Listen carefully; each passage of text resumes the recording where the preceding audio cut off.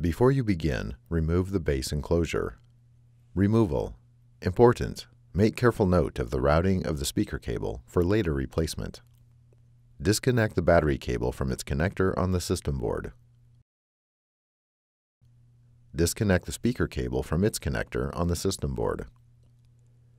Remove the speaker cable from the routing channel and retention tape around the battery.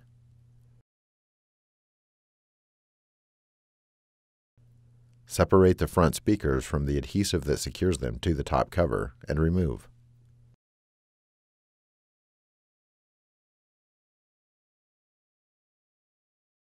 Important.